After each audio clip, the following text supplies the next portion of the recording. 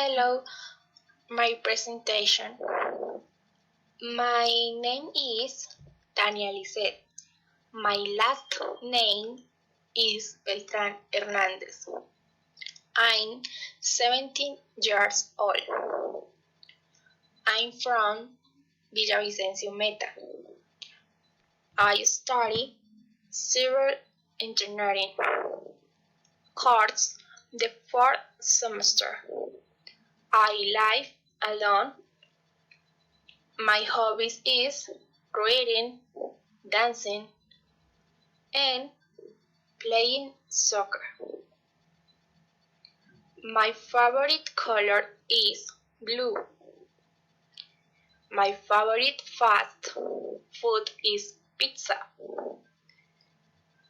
I have two brothers and one sister. My favorite music is vallenato. Infographic Tania Lisset Beltran Hernandez. Welcome. Excursion 2018. End of the year excursion to different places in Colombia with friends from school. Timeline. The first day we moved by bus to get to Medellin, where we visited the Pueblito Paisa, the water park, and other tourist places. Fifth day.